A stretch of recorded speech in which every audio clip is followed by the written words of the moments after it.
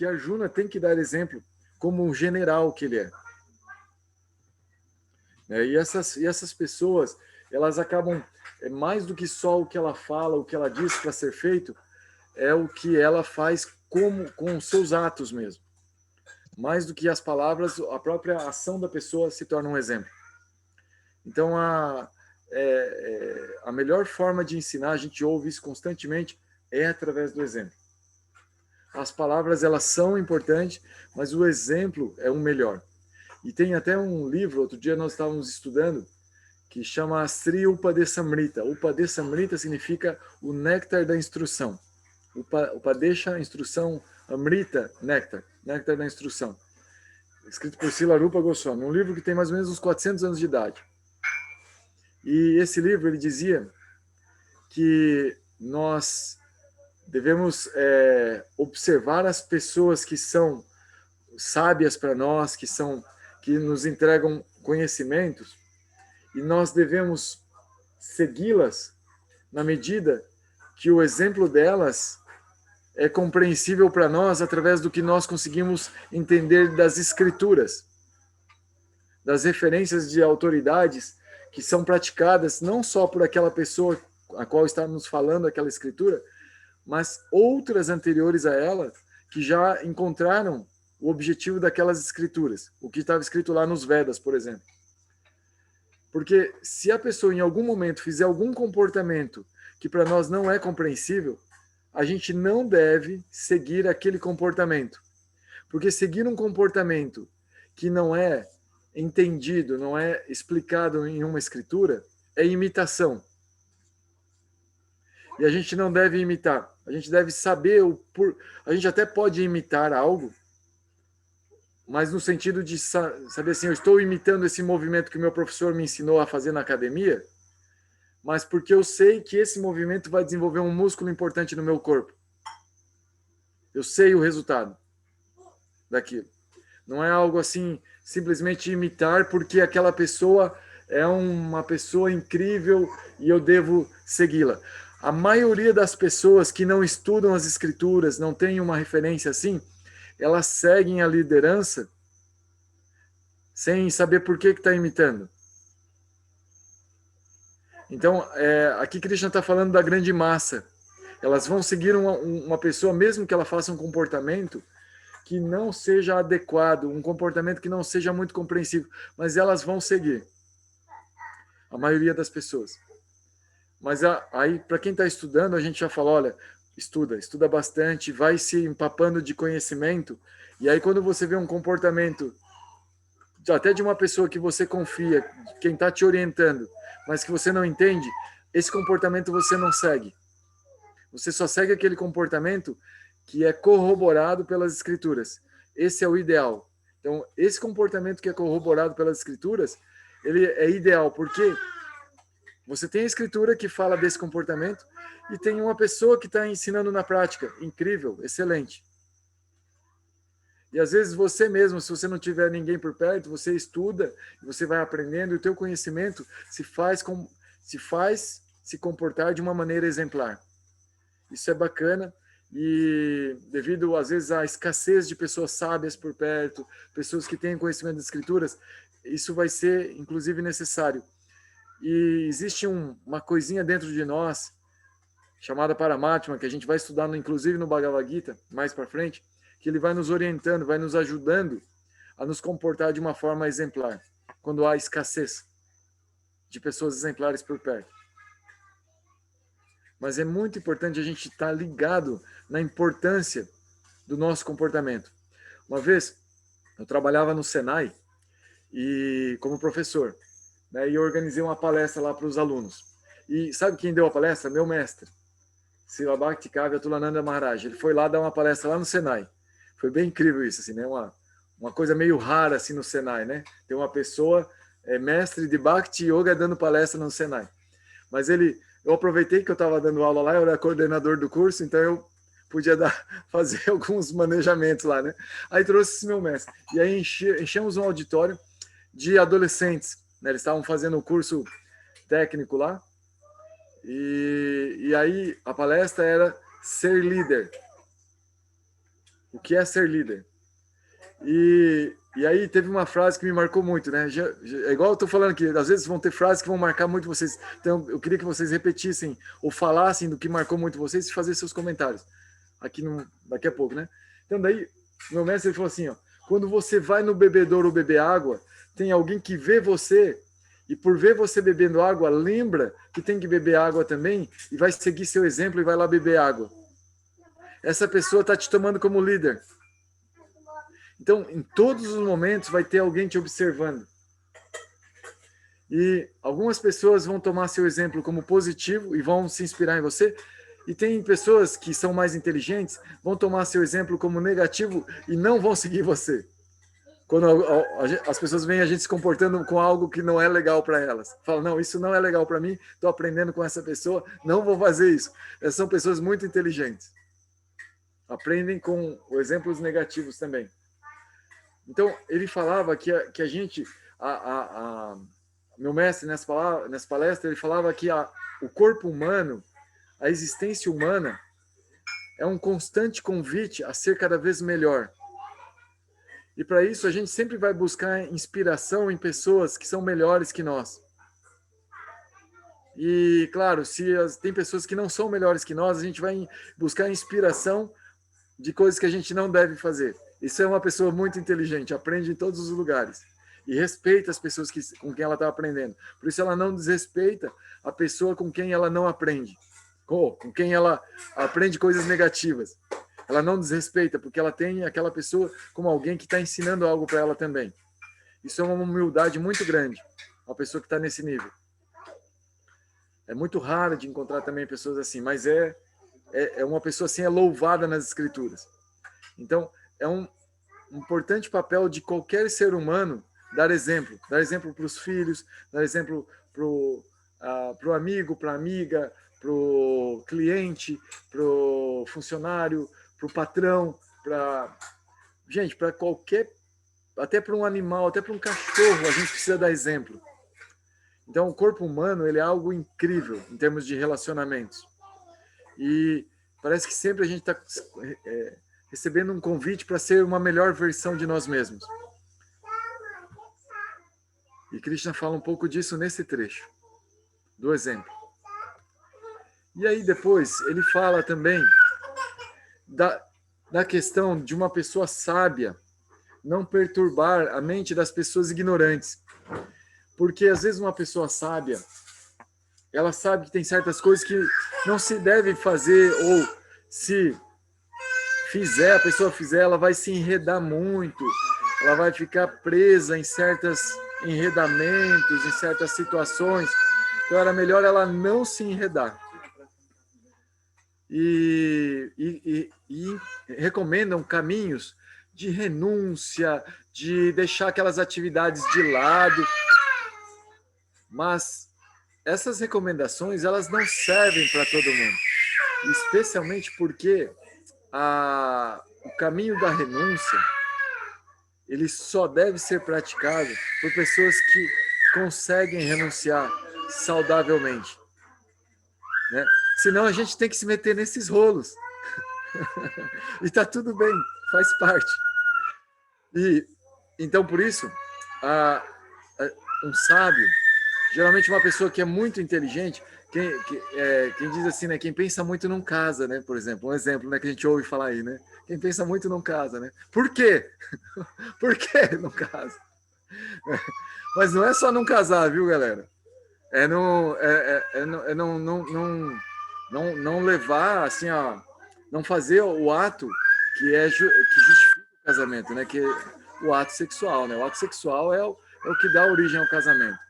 Não é só a questão. Então, se uma pessoa consegue ficar livre da atração sexual, se recomenda que a pessoa não case.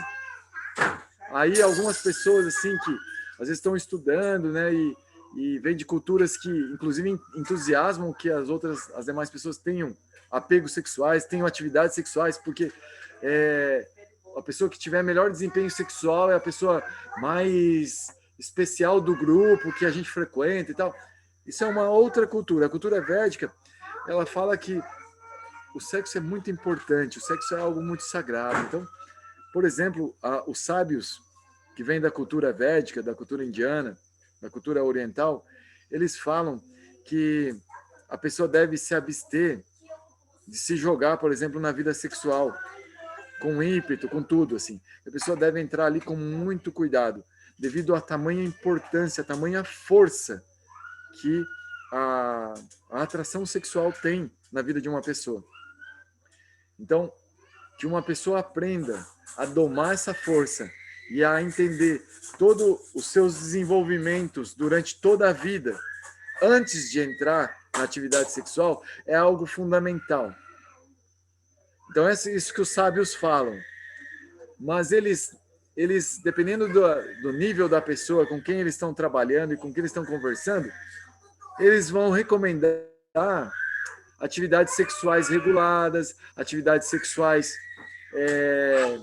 Inclusive, outro dia eu escutava algo muito interessante, assim, que de uma pessoa que estuda muito, né, os Vedas e tal, e era uma fala sobre a vida sexual para ocidentais. E ele falava assim,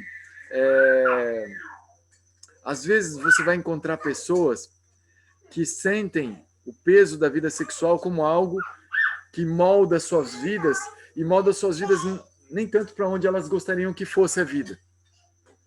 E elas sentem esse peso conscientemente e elas gostariam de que fosse diferente. E aí elas tentam, então, estabelecer relacionamentos estáveis. Aí essa pessoa, ela falava assim, mas devido a seu karma, elas não conseguem ter relacionamentos estáveis. Olha só que coisa louca. Eu nunca tinha ouvido algo assim, e eu achei interessante. Falei assim, essas pessoas às vezes não conseguem ter um relacionamento estável. Elas sabem que seria importante ter um relacionamento estável. Manter um parceiro, para manter uma estabilidade de conhecimento da própria mente, conhecimento da mente da pessoa, uma questão de segurança, de higiene, de saúde. Sabe de todos os outros também desenvolvimentos mais sutis de karma. E aí, mas ela não consegue. E o apego sexual é grande demais para ser ignorado. Então ele falava da pessoa fazer práticas, processos que ajudem a pessoa a levar essa vida do jeito que dá, seja trocando de parceiros às vezes, né? Conforme dá, né? Conforme consegue manter uma estabilidade, mas mantendo sua prática de yoga muito firme, muito fiel, para que a própria prática vá aos poucos levando a pessoa fora desse contexto que a enreda tanto, que a limita tanto e que faz a vida dela ser envolta em tantas dificuldades, tantos problemas, às vezes, que ela tem que lidar devido ao próprio apego. Por exemplo, eu tenho amigos meus que são pessoas incríveis, super desenvolvidas, mas que têm muitos filhos no mundo. Teve várias esposas. E tem que dar conta dos filhos. Eu tenho mesmo um amigo meu que ele é, sério, fala um mestre meu, assim. Ele teve como 5 esposas, ele tem mais ou menos como uns 8 filhos. Todos eles, ele pagou colégio particular, todas as mulheres ele dava pensão e ajudava elas, todas elas gostam dele, têm um carinho por ele, um apreço por ele, que consideram ele uma pessoa bacana. Todas. Ele não tem briga com nenhuma delas. E todos os filhos têm ele assim, claro, né, adolescente, filho, às vezes não quer o pai por perto, né, tudo bem, tudo certo. Não é um relacionamento mil maravilhas, mas ele se esforçou por todo mundo.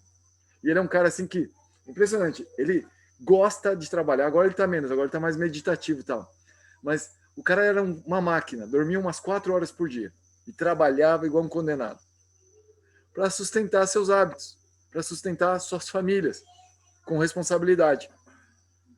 Então, ele era um exemplo para mim, porque ele não era um cara que reclamava dessas coisas, ele se divertia com a própria natureza dele. E é impressionante assim que, nesse contexto que eu conheci nessa época eu já praticava yoga, já tinha todo um lance, inclusive ele era o responsável assim pela casa que a gente alugava, né, para fazer as práticas de yoga e tal lá.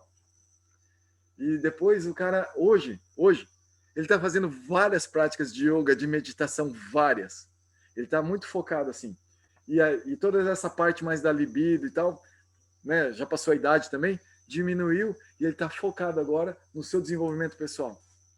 E aí percebendo toda essa vida que ele levou, mas com muito apego pela vida, como algo assim que fez parte da história dele. Como ele levou com muita responsabilidade, ele não tem muito do que se arrepender. Então, de certa forma, Krishna está falando aqui para a gente fazer o melhor nosso, para a gente não ter do que se arrepender. E tem certas pessoas que a gente não vai poder falar certos conhecimentos para elas em determinado momento. Por exemplo, esse cara, naquela época que a gente se conhecia, eu já estudava o Bhagavad Gita, a gente já tinha conhecimento do Bhagavad Gita, já sabia da força do celibato, da força de levar uma vida mais regulada em termos de atividade sexual, mas eu conversava com ele, e ele era um cara tão entusiasmado pela vida que eu dava risada e eu gostava de ouvir ele assim, e a gente... inclusive, eu tenho um amigo meu que, hoje, esse meu amigo, ele é um mestre espiritual, e é uma pessoa que eu respeito muito, que é o Swami Puri. E o Swami Puri também é amigo dele. E ele gosta muito do Swami Puri também. E ele gostava de conversar e contar as coisas dele e tal, e a gente se divertia conversando com ele. E a gente, eventualmente, quando ele falava de alguma coisa assim, tal, a gente falava, tem que consumir menos carne, olha, você tem que... Né? Já pensou em ser vegetariano? Hoje ele é vegetariano. Hoje ele tem um bosque de tulasis que ele cuida na casa dele, pra vocês terem uma ideia assim. Mas na época, a gente não falava nada de coisas muito profundas e elevadas conversando com ele. Porque ele estava levando bem a vida dele, com responsabilidade. Entende? Então, o conhecimento dos sábios tem que ser para ajudar as pessoas a serem cada vez mais responsáveis. E se for para elas se desapegarem, ajudar elas a se desapegarem do resultado, mas não das atividades. Tentar ajudar que elas façam atividades reguladas. Se você tem mais conhecimento sobre as consequências, os desenvolvimentos de determinadas atividades, você quer ajudar alguma pessoa a olhar as coisas mais profundamente, você pode ajudar a que ela seja mais regulada. E aí dar algum conhecimento, mas não muito, que ela se assuste e queira parar de conversar com você. Vamos supor, você conhece uma pessoa que adora comer carne vermelha, por exemplo, e você já é vegetariano. Se você chega falando pesado para essa pessoa, a pessoa vai, às vezes, se afastar de você. E se você começa a dar algum conhecimento para ela, e amizade, e dando opção, você percebendo que você é saudável e tem essa opção também, e que às vezes ela vai começar a se dar conta que a carne para ela não é uma opção. A carne é uma obrigação. O corpo dela exige que ela tenha que comer carne. Se ela parasse de comer carne, ela ia ter uma abstinência. Então não é uma opção. Ela é obrigada. Aí uma pessoa que começa a se sentir obrigada a algo e pensar assim, eu poderia ser mais livre. E qual será o caminho, qual será o processo que eu tenho que fazer para eu ser livre de algo? Então, daí, de repente, você pode começar a dar elementos de conhecimento, elementos de alimentação, elementos de opções, que a pessoa fique mais livre da opção de comer carne. Né? Então, algo assim, né? Algo assim. A gente não pode chegar com os dois pés por causa do conhecimento que a gente tem. Não pode ser chato. A gente tem que ajudar as pessoas com o conhecimento que a gente tem. Esse é o conselho que Cristo está dando para Arjuna, falando dos sábios. Eu não estou falando que a gente é sábio. Não estou falando também querendo subir a gente a um patamar. Mas, de repente, para a gente estudar yoga, né? Sei que algumas pessoas daqui são professores de yoga, algumas pessoas são chefes em algumas profissões, algumas pessoas tiveram a oportunidade de estudar muito algum tipo de conhecimento. E a gente tem que fazer essa ponderação que Krishna está falando aqui. Porque senão a gente pode perturbar a mente das pessoas. E existe um karma sutil em relação a isso. Se a gente perturba a mente das pessoas, a gente também tem que pagar um pouquinho dessa perturbação que a gente causou. Existe só uma perturbação que a gente não paga, que é mais ou menos a perturbação que Jesus fez com Pedro, com a família de Pedro. Lembra a história de Jesus na Bíblia, né? Não sei, assim, eu nasci na família cristã, então eu tenho esse pouquinho desse histórico, né? Jesus chegou para Pedro e falou assim, você que está lançando redes aí para pegar peixe, vem comigo pescar almas. não fica só nessa de pescar peixes, vem pescar almas comigo. Pedro falou, nossa, que incrível isso. Isso deve ser incrível, interessante. E tem a ver com Deus e você é um cara especial, eu estou sentindo e quero aprender com você. Então, como é que se pesca almas? Então ele deixou, e ele era um pescador que estava ajudando seu pai, eles eram pescadores de família. Pô, naquela época, ter filho que trabalha junto era uma riqueza. Então, o Pedro, quando saiu lá, deixou o pai na mão. Tirou uma riqueza da família. Mas se diz que quando a pessoa tem esse compromisso com a transcendência, ela não perturba a sociedade. Quem ficar perturbado perde a oportunidade de ficar agradecido. Por exemplo, no caso da família de Pedro. Se a família de Pedro percebe que o Pedro, por rumar no caminho da transcendência de uma forma legal, sólida, avança rumo à transcendência, toda a família ganha em termos de karma.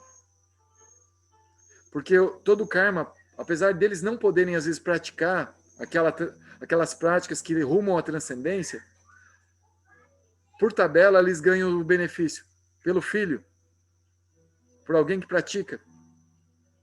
É igual você dizer assim, olha, eu não sou o presidente da República, mas ele é muito meu amigo. Então, você tem participação no lance. Entende assim? Porque você conhece alguém que tem uma influência no lance todo. Então, um praticante de yoga, né, assim, ó, vamos lá, né, assim, para vocês não tomarem assim essa coisa de Jesus como algo assim fora do contexto do yoga que a gente está falando aqui. Depois vai ficar mais claro que Jesus é um praticante de Bhakti Yoga, um Bhakti Yogi muito elevado. Então existem outros tipos de yoga. O yoga que a gente está falando aqui é Karma Yoga. Vocês vão perceber que outros processos de yoga. Todo processo de yoga leva à transcendência. Todo. Então, todos nós que temos interesse ou já praticamos yoga, nós estamos numa prática que leva à transcendência. Então, eventualmente, você pode trazer uma pessoa dentro desse processo de yoga, desde que ela deixe de fazer alguns atos, mas comece a praticar yoga, não há prejuízo para ela. Então, agora, essa questão do yoga, e olha só o ponto que é importante. Se uma pessoa está muito apegada ao corpo, é recomendado que ela pratique Karma Yoga. Agora, se uma pessoa tem o corpo mais na ignorância, você não pode dar conselhos de práticas na paixão ou na bondade para ela, se ela está muito na ignorância. Você tem que gradualmente levar ela a sair da ignorância, com uma transição para a paixão, que depois vai se tornar um foco na paixão, para progredir dentro da paixão, para fazer a transição para a bondade, para focar na bondade. Então, vão haver conselhos e conselhos. O que é conselho para um não é conselho para outro. Então, a pessoa sábia, ela vai entender isso, esse detalhe, e vai ajudar a pessoa a gradualmente se focar no yoga. E se a pessoa não tem os requisitos para fazer a prática de yoga, menos ainda você vai dar conselhos que possam perturbar a mente dela, porque daí ela não vai estar praticando yoga e às vezes ela vai ficar perturbada com algo que você falou e aí ela vai, esse karma por perturbar a mente de uma pessoa ignorante vai vir para você. Então é muito importante assim você ensinar yoga ou ajudar alguém que queira aprender yoga. Alguém que não quer, deixa quieto. Ensina pelo exemplo. Ou fala coisas que a pessoa realmente consiga entender e consiga melhorar a sua vida no nível dela, sem perturbar a mente dela. Isso é muito importante, gente. Não entre em discussão de bobeira, tá? Não perturba a mente das pessoas. E aí Krishna fala nesses versos aqui, e ele vai voltar a repetir isso depois, que o corpo é uma máquina formada pela energia material. E a pessoa não deve se acreditar ser o executor das ações que são levadas a cabo pelo corpo. Não é você que está fazendo as coisas. É o corpo, a energia material que está fazendo. Ela é responsável pela causa e o efeito, a energia material. Mas e você? Qual é o teu papel nisso? Você é observador. Você influencia isso ou se influencia? Uma vez porque esse tipo de conhecimento parece falar assim, uau, incrível, então eu poderia fazer qualquer coisa, eu poderia me desapegar de qualquer coisa e deixar meu corpo fazendo ali. Mas a gente, assim, nós estamos de tamanha a nossa identificação com o nosso corpo, que o nosso corpo ele sofre uma influência muito grande do nosso ser, da nossa alma, da nossa consciência, da energia vital que impregna esse corpo, que somos nós mesmos. Nosso corpo sofre uma influência muito grande disso, que é justamente a felicidade e o sofrimento que estão relacionados a cada ação que o nosso corpo está fazendo e sofrendo. Então, nossa consciência está tão conectada com isso, o nosso sentimento de felicidade e sofrimento está tão conectado com isso, que isso acaba influenciando, inclusive, como esse corpo se comporta. É como que esse pequeno livre-arbítrio que nós temos, que é o sofrimento e a felicidade, ele tem um impacto tão grande no nosso próprio corpo, que ele influencia o pequeno livre-arbítrio que nós temos em relação ao nosso karma. Nosso karma, existem situações em que, por exemplo, você não precisaria desenvolver certas dores no corpo, mas você vai desenvolver certas dores no corpo devido a uma identificação que você tem com certos fenômenos que acontecem ao teu redor, que o teu corpo capta. E você somatiza aquele sofrimento, e isso se transforma em dor. E isso acontece nos níveis mais elevados de consciência também. Porque, às vezes, até nos níveis mais elevados, ainda existe algum tipo de identificação. E aí a pessoa também somatiza, e lá, com seus 100 e poucos anos, acontece uma dor. Mas essas pessoas que estão tão transcendentais e às vezes passam por isso, a gente não está no nível de entender o que acontece. É só que acontece. É suficiente para a gente saber o que acontece. Então a gente tem uma diretriz e um ensinamento de Krishna aqui, que nós não somos os executores. Então, para a gente se desapegar dos resultados. E perceber que o corpo, ele reage dentro de uma lei, ele vai sentir uma atração e uma repulsão pelas coisas. Mas Krishna fala assim, olha, Arjuna, tem pessoas que elas sabem bem a diferença entre o trabalho apegado aos resultados e o trabalho sem apego aos resultados. Essas pessoas que sabem diferenciar isso, elas de certa forma já estão com um pezinho na transcendência. Então é algo muito elevado isso.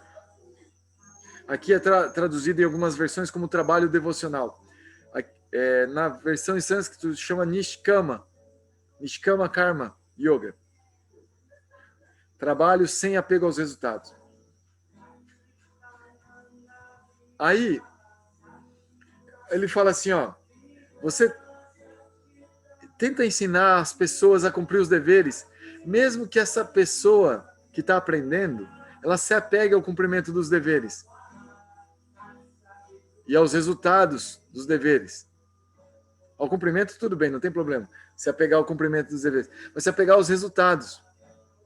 A pessoa às vezes vai se apegar. Não tem problema. Você vai ensinando ela a cumprir os deveres, a ser responsável. Aí chega um conselho aqui que Krishna vai dar do começo ao fim, e aqui é interessante que mesmo na versão em sânscrito, ele já se apresenta, de certa forma, como Deus. Aqui ele ainda não faz essa apresentação de si mesmo como Deus. Mas ele fala assim, ó, portanto, Arjuna, entregue-me todas as suas ações. Aqui ele fala a mim. Na versão em sânscrito ele fala a mim. Ele usa a palavra me. Todas as suas ações, com sua mente absorta em mim. Ele repete isso. Sem desejo de ganho, livre de egoísmo e letargia, lute. Aqui, no nível que está se apresentando, uma pessoa pode entender Deus como uma energia, entregar tudo para o infinito, entregar tudo para o universo. Tudo bem, é assim mesmo. É isso. Entregue todas as suas ações. Aqueles que executam seus deveres de acordo com minhas ordens e que seguem esses ensinamentos fielmente, sem inveja, se libertam do cativeiro das ações lucrativas. Então aqui, Krishna está falando do Karma Yoga, entregando os resultados para o universo, para Deus, sem inveja de Deus, sem inveja do universo. É para ele, não é para mim. Não fico com inveja desse que está ficando com o resultado de tudo. Então eu vou ficar livre do cativeiro das ações. Mesmo que eu pratique as ações, tipo assim, você esteja envolvido em ganhar muito dinheiro, não importa. Não é para você. Está envolvido em cuidar da saúde, não importa, não é para você. Está envolvido em comer uma coisa gostosa, não importa, não é para você. Mas como assim? Mas como assim se comer uma coisa gostosa não é para mim? Não é, não é. Faz parte de algo bacana para o seu corpo, mas não é para você. Cuidar do seu corpo não é para você. Cuidar da sua mente não é para você. Mas como assim? Pois é, vamos escutar primeiro, gente. Daqui a pouco a gente vai aprofundando e a gente vai entendendo um pouco melhor. Mas aqueles que devido à inveja fazem caso omisso desses ensinamentos, e olha que Deus ensina em diversas formas. Por exemplo, a lei do karma é um jeito da gente entender as leis de Deus, as ordens de Deus. A lei do karma é um jeito. Porque quando a gente faz o mal, a gente colhe o mal. Quando a gente faz o bem, a gente colhe o bem. Opa, Deus está ensinando que a gente vai se responsabilizar, quer queira, quer não. A gente vai pegar depois o resultado das nossas ações. Então, vamos fazer o bem, tá ótimo. Agora, Krishna no Bhagavad Gita, ele está falando, não é só fazer o bem, é fazer o bem sem se apegar aos resultados, porque daí você não vai nem colher o bem nem o mal, você vai ficar livre. Você vai ficar livre da colheita. Nossa, mas ficar livre da colheita, isso é novidade. Liberdade da colheita é novidade. Isso eu não tinha escutado antes, liberdade da colheita. Mas tá, se você faz o bem, por que Krishna recomenda fazer o bem, cumprir as ordens dele? Por quê? Porque no pior dos casos, se no meio da ação lá você se apegou a algum detalhe, você queria ver o resultado, você queria participar da festa que você está armando, tudo bem, vai ser do bem. Então, o resultado vai ser bom. E o resultado sendo bom, vai te facilitar a vida para você continuar indo nessa direção de cada vez mais liberdade. Quem tem a vida facilitada em termos de karma, inteligência, às vezes dinheiro, beleza, a boa influência na sociedade,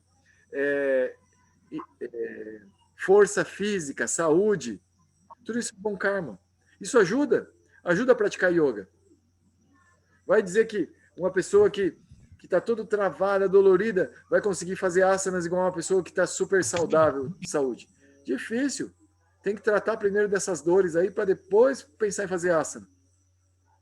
Então, um bom karma pode ajudar. Então, seguir as ordens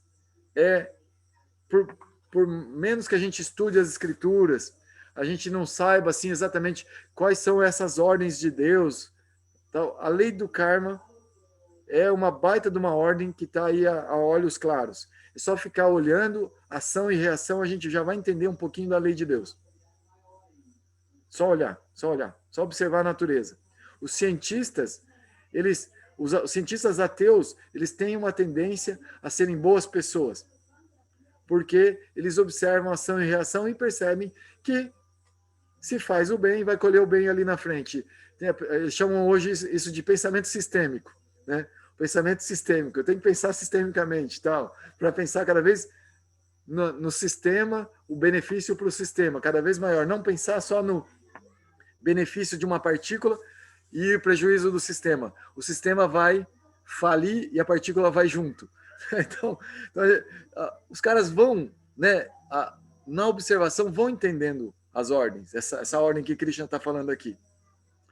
Então, essa é uma recomendação que a gente vai cada vez mais estudando e vendo essa afinidade do yoga com isso, que é essa relação com aquilo que a gente chama de Deus. E Deus a gente vai chamar cada um de um jeito diferente. Como uma vez eu conheci, né, assim, bem os anônimos, né? Os anônimos, eles têm o costume de falar assim, você chama isso de eu superior. O seu eu superior pode ser totalmente diferente do seu coleguinha que está aqui junto com a gente, nos anônimos, né?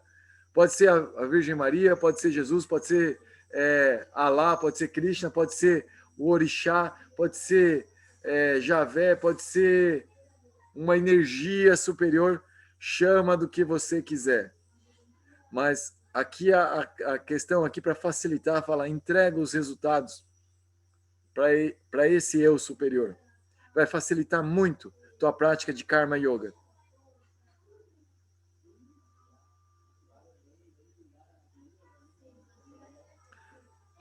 É isso, gente. O que vocês sentiram aí? O que vocês pensaram nas nossas conversas? Fica à vontade, por favor, para falar e trazer de vocês aí para nós. Ah, desculpa. No 33, 35, Krishna fala aqui, chama a atenção, né? Conhece a ti mesmo. Por quê? Olha só que bonito esses versos aqui. Cada pessoa atua de acordo conforme a sua natureza adquirida. O que se ganha com repressão? Ninguém vai ganhar nada com repressão, gente. Forçando as coisas. Por mais conhecimento que a gente tenha. Então, conhece teu corpo. Conhece a natureza que você adquiriu. Por que você adquiriu essa natureza? Isso tem a ver com a sua alma. O seu corpo não é sua alma. Mas ele expressa muito de você. O seu corpo é uma obra de arte que reflete muito da sua personalidade. Não tem um corpo igual no universo inteiro. Não tem uma impressão digital igual a outra.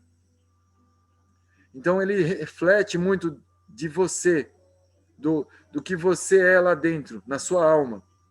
Mas você não é nada disso, nem a personalidade você não é. Mas sua personalidade reflete sua alma. Então quem você é? Conhece esse corpo, as limitações que ele tem, respeita essa limitação, mas trata de perceber que você não é um escravo desse corpo. Você está utilizando esse corpo para o teu próprio propósito. Isso faz parte dessa ordem de Deus, de que você saiba utilizar esse corpo e não se deixe levar pelos instintos do corpo. Porque senão a gente não vai ser diferente de um animal. O animal, ele é diferente do ser humano porque ele tem um corpo onde predominam os instintos. O ser humano, ele tem a capacidade de observar que tem instintos e perceber que dá para fazer uma regulação desses instintos. Aqui Krishna chama de repulsão e atração. Eu gosto de algumas coisas e eu não gosto de determinadas coisas. Isso depende do tipo de corpo que eu tenho. Eu tenho um corpo que se sente muito bem no calor. Alguns de vocês têm corpos que se sentem muito, muito mal no calor. Isso é diferente para cada um. Mas eu, eventualmente, vou tolerar situações de calor para mim que me são benéficas para o meu crescimento como pessoa. Eu tenho que levar em consideração o meu crescimento como pessoa e tolerar certas situações que são repulsivas para o meu corpo. Às vezes eu tenho atração sexual, mas, poxa, se eu me largar na promiscuidade, eu vou ferrar com a minha vida. Sei lá, porque uma questão de uma doença venérea, por uma questão de mais sutil que eu levo em consideração, aí eu vou pensar. Mas eu começo a controlar isso. Mas, poxa vida, mas se eu tenho tanta libido, eu tenho que conseguir uma pessoa que compreenda essa minha natureza e me ajude. Se eu for namorar uma pessoa que não compreende essa minha libido e às vezes vai me condenar por ser assim, que tipo de ajuda eu vou conseguir? Eu não vou conseguir me segurar, porque eu tenho muita libido. E daí? Então eu tenho que conhecer, eu tenho que entender minhas limitações. E eu tenho que buscar ajuda, eu tenho que buscar práticas que, que, que me ajudem na minha própria caminhada. Quando depende dos outros, tem sempre que ser consentido pelos outros. Quando depende dos outros. Porque as pessoas, elas podem nos servir de muletas. Mas só quando a própria pessoa quer nos ajudar a caminhar. A gente não pode usar as pessoas como objetos. Como se fossem energias. Elas têm que estar voluntariamente aptas a caminhar conosco. Então a gente vai notar que muitas das limitações que nós temos dependem de outras pessoas também. Tem pessoas que querem ser ouvidas, elas gostam de falar e precisam ser ouvidas. Aí elas pedem ajuda de outras pessoas que ouçam. Como vocês, por exemplo, estão me ajudando a eu falar com vocês, que eu gosto de falar. Aí eu pedi um pouquinho da atenção de vocês para eu poder falar um pouco. Vocês estão me ajudando demais. Porque eu estou escutando Bhagavad Gita e comentando sobre ele. Mas eu estou fazendo algo que eu gosto, faz parte do meu corpo, da minha mente, gostar do meu corpo, né? Eu estou apegado a esse gostar e estou tentando moldar isso com Bhagavad Gita. E me reprimir em outros temas, que eu também eu gosto de falar de tudo, gosto de falar de qualquer besteira. Nessa época que deu aqueles bafafá, aquelas tretas de política, eu estava doidinho para soltar o verbo. E daí meu mestre de Bhakti Yoga, ele falou assim, não faça, você fica quieto, fala mais do Bhagavad Gita e tal. Foi justamente nessa época que eu tive uma oportunidade de encontrar pessoas bem maravilhosas, que me deram a oportunidade de estudar o Bhagavad Gita com elas e tal. E a gente falou bastante de Bhagavad Gita. E na política eu ficava, me controlando para não falar. Porque não ajudava tanto nem os outros, nem a mim. Então, e o Bhagavad Gita, as pessoas ficam quietas, às vezes, escutando, e parece que está ajudando as pessoas, e está me ajudando também. Então, gasta esse gostar e o não gostar com coisas que são boas para você. Aprende a regular isso. Isso faz parte do Karma Yoga, essa regulação. Agora sim, agora eu vou parar. Obrigado.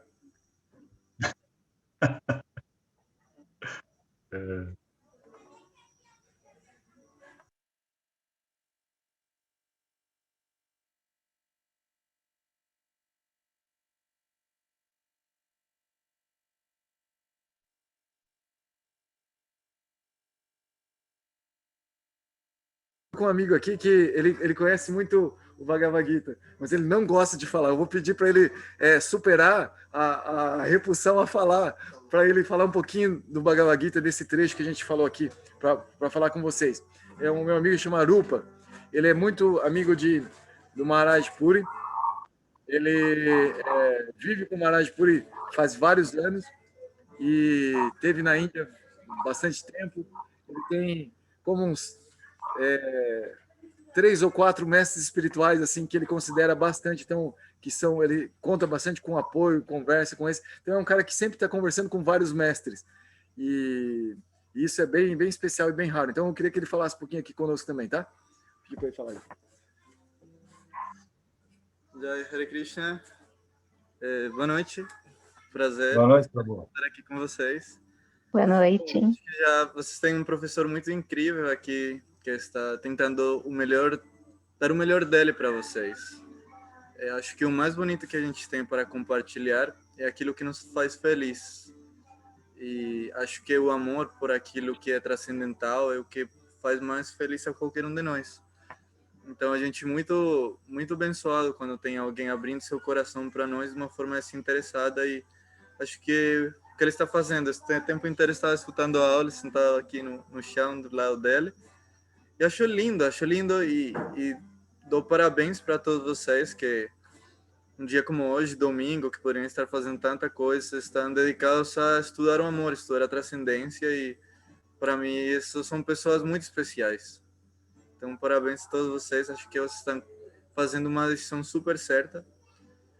E isso me faz lembrar um pouco o capítulo do Bhagavad Gita que vocês estão estudando, que fala muito sobre o dever, né? Acho que Krishna fala no Bhagavad Gita que este processo, nas palavras dele, Susukam Kartuma Vyayam.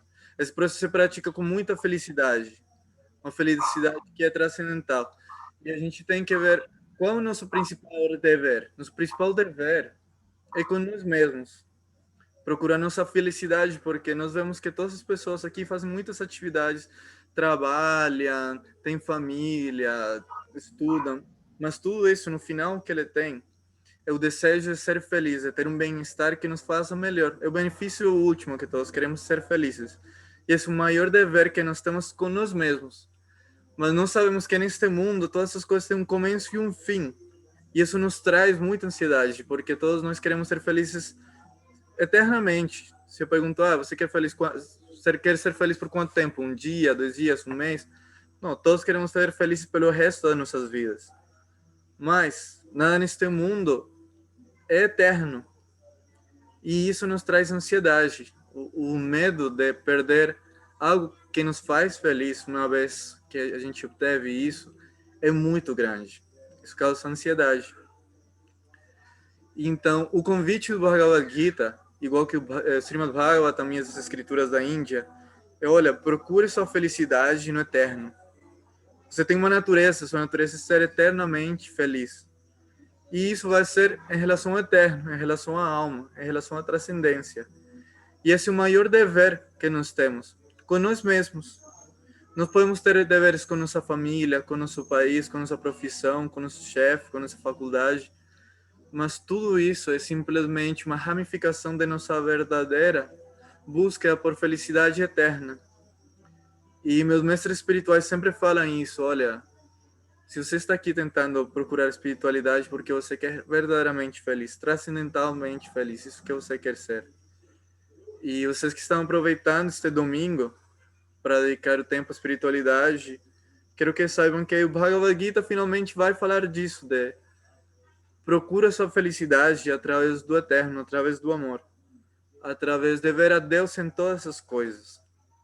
E assim sua felicidade não vai depender de nenhuma circunstância material, de nenhuma pessoa, nenhuma condição que possa ser oferecida por este mundo, mas sim da sua realização interna e sua realização e conexão com Deus.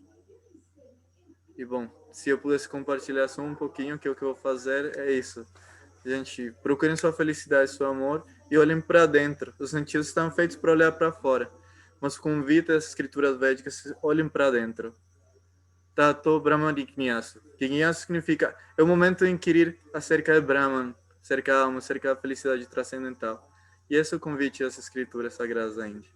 Então, muito obrigado por me permitir compartilhar com vocês um minutinho. Quando vocês possam ir a Minas Gerais e visitar a fazenda que eu moro, Vrindabhumi, ela tem Instagram, é Vrindabhumi, vocês acham? E são muito bem-vindos, por favor, quando puderem ir para Minas Gerais, quando a pandemia melhorar um pouco, são muito bem-vindos a compartilhar um pouco de seu tempo, suas experiências conosco em Vrindabhumi. Então, Hare Krishna, muito obrigado pelo seu tempo e Haribol. Até. Hare Krishna, Prabhu. Pessoal, vocês com a palavra aí. Obrigado, Bruno.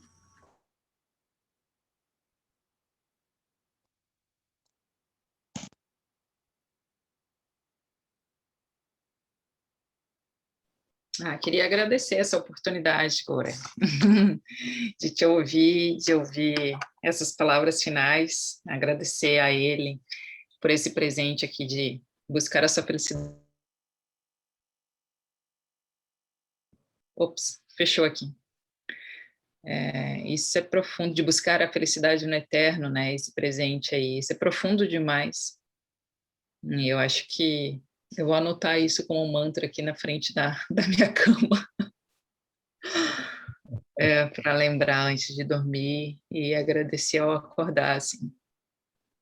Eu acho que são palavras finais que ficam sobre tudo isso, né, que foi estudado, sempre presentes, né, eu acho que eu tenho repetido bastante isso aqui a cada encontro.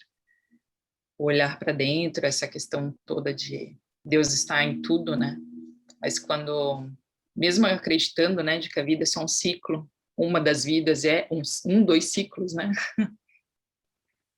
mesmo acreditando, sabendo disso, ter esse mantra diário de buscar a felicidade no eterno e não neste ciclo, né, precisa ser internalizado, né, nesse olhar de dentro mesmo. Então, acho que eu vou fazer isso mesmo, eu vou pegar, né, agarrar este presente e vou materializá-lo aqui. Agradeço aí, era isso.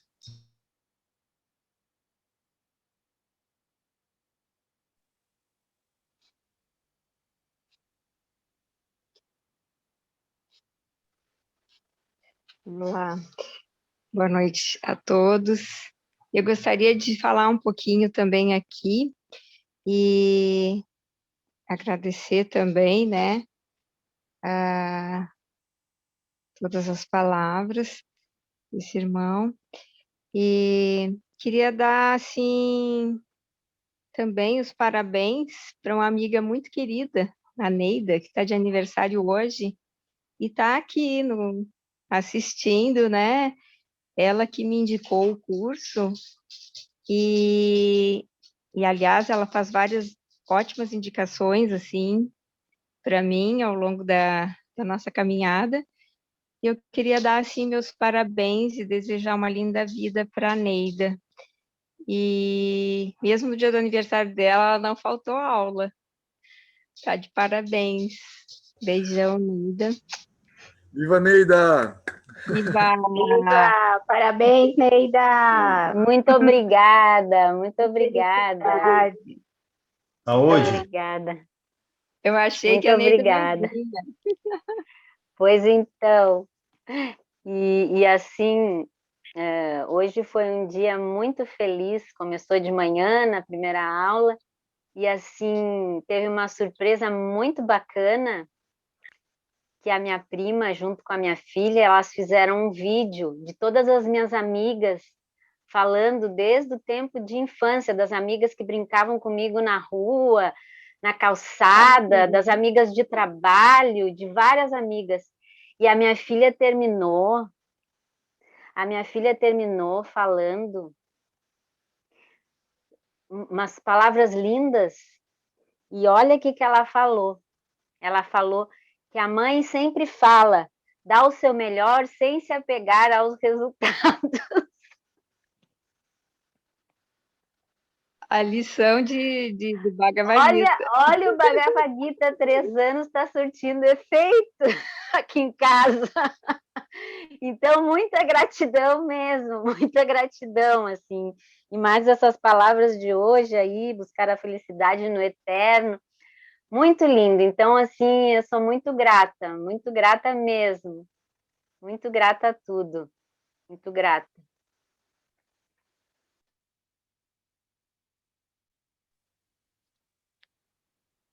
Eu que agradeço, Neida, a tua vida. Gratidão, irmã. E agora, um pouquinho sobre o tema que foi falado, eu queria fazer uma observação, assim, que eu fiquei um pouco confusa.